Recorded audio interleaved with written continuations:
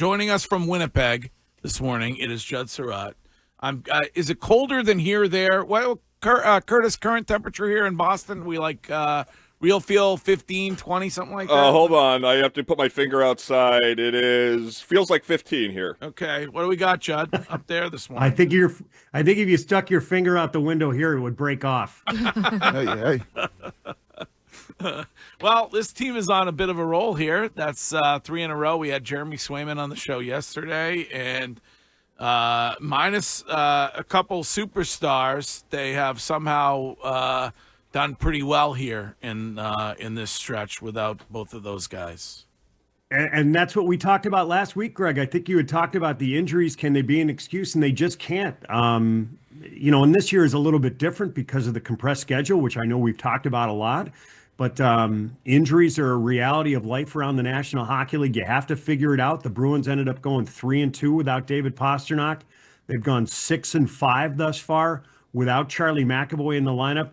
And we'll see here later this morning if McAvoy is going to make his way back into the lineup for the first time since the middle of November. And then Marco Sturm is going to have a decision to make about where you end up pairing him, because the tendency, I guess, is going to be to put him back with Big Zaddy, but I don't know if that's gonna happen. I don't know. That's a really good question. Do they ease him back in? This is a guy who lost 20 pounds because of the facial surgery that he had to have. And yesterday at practice, he actually showed me his teeth. It's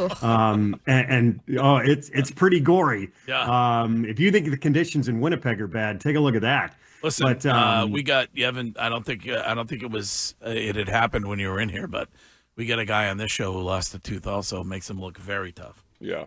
Really? Yeah, Curtis, lost a tooth. Like full tooth or chip tooth? Full tooth. Got in a fight with the Southie Moms group. Yeah. I said, I'm the treasurer now, bitches. It got physical. Was it the right or the left who got you? Right. Yeah. They've always been. I'm not too far on the right. Judd, Go ahead, Wiggy. No, I was going to say, when you look at this game tonight, you've been playing well, and you're taking on a team in Winnipeg that's 500 hockey club. Is this one of these games where you're supposed to come away? I know it's hard to win in any sport, and it's hard to win in hockey, but is this one of these games that you're expected to come away with a win? It's a really good question. I think we had talked like late last week, sometimes it's not who you play, but when you play them. And you bring up a good point when it comes to the Jets and the way that they're playing. But sometimes, and this is something that Brick has talked about in the past, sometimes if you're a team, you get so sick of losing that you will just not allow it to happen again. And that could be the Jets team. This is a team with some really talented players that finished near the top of the league standings last year. Yeah, they're missing Nick Ehlers, but Scheifele, Connor, I know Hellebuck's out of the lineup, so that'll certainly help the Bruins. He's not supposed to be back into the lineup until next week, last year's Vezina and Hart Trophy winner. But you might be catching the Jets at a good time. It's going to be hard. I think one of the things that has really helped the Bruins is they played a direct game. They've played a patient game. They've played a structured game. And that's part of the reason that they've been able to survive some of the injuries and put together the record they have here over the last 6 weeks. They stopped the bleeding a little bit on goals in the first period, but that game Tuesday night, completely from my vantage point, completely different team first period to second period. I would agree with you. It probably took the Bruins about 15 minutes to get itself going, and credit to the Blues. They came out ready to play. And that's a team that's trying to get itself back into the playoff hunt. I don't know if you had asked Jeremy Swayman, but right off the hop, maybe 10 to 15 seconds in, he's got to stop a grade A chance. He made some great saves early in that game to keep it at 1-0 in favor of the Blues before the Bruins started to get to their game grind. And you saw goals from the bottom six, 2 from Fraser Minton, 2 from Mark Kastelik, and an empty netter from Pavel Zacha. So listen, you're going to need that. You're not always going to be able to start on time. It's one of the advantages if you're able to do it. I'd have to take a look at the numbers today. So the Bruins as a team, if they take a lead after the first period, it's only happened 5 times, but they're a perfect 5-0. If they're able to get off to a good start, it usually means 2 points is on the way. Judd, people were really down on this team going into the season and in the beginning, and you bring up the injuries with McAvoy and Pasta. People were not sure how this team would respond. You talk about that record. How much credit do you have to give to Marco Sturm for the way in which these guys have stepped up and played?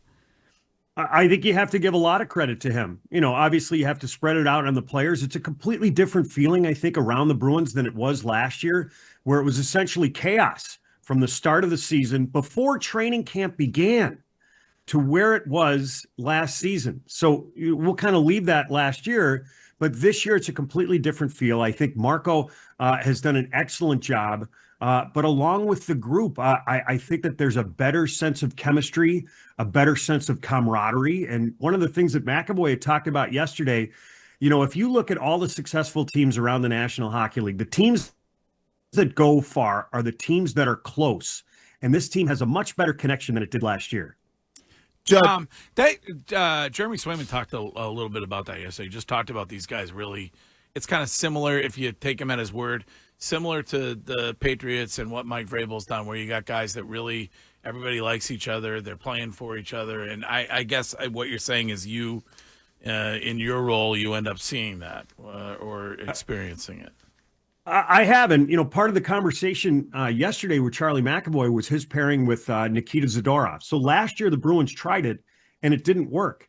And Marco Sturm had mentioned it, this was maybe about a month or two ago, that he felt his team took off. Now, obviously, this was when McAvoy was healthy, when those two guys were put together. And I think there were a lot of people who had maybe told him prior to that, I don't think this is going to work. And he said, I'm giving it a try. And he said, this definitely works. And the team started to take off.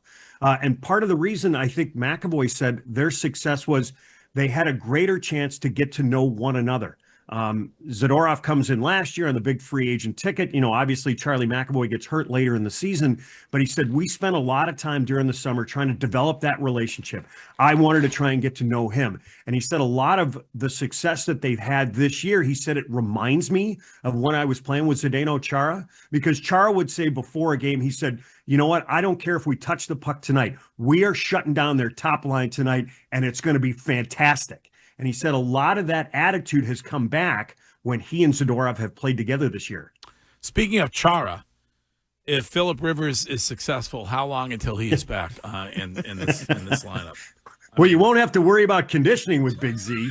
Right. No question about it. Yeah, runs marathons. I mean, don't you think he could step out there? No, bad. Huh? I don't think so. It's been 4 years. Maybe not 25 minutes, but maybe you get 7 or 8 good ones out of him. I don't know. And at the end of his career, we were like, all right, Chara. Other than retrieving pucks from out of the net, what is he doing? Somebody just scored on him. No, that was Judd, when you look at this team, what are you seeing and what do you like from the guys that are not named David Pastrnak or Morgan Geekie? Oh my! I mean, how many guys do you want to go through? You've gotten great rookie performances here from Fraser Minton.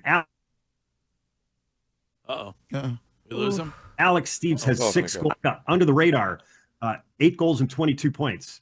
Elias Lindholm, a guy that we had talked about. I think Greg, you had asked, okay, who on the Bruins needs to step up with David Pastrnak out of the lineup? Elias Lindholm, he's got 18 points in 21 games. He continues to pile up the assists. So there are a lot of guys, and I think a lot of credit also has to go to some of the grinders, whether that's the bottom 6 or the bottom pair defensemen.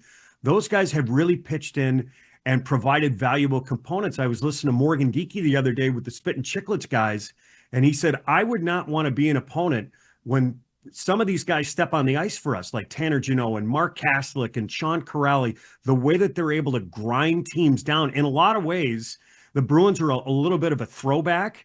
And I also think, Wiggy, if you want to compare it to the ground and pound running game that some of the teams in the NFL can do, they start to soften up teams early in games and then finish them off late.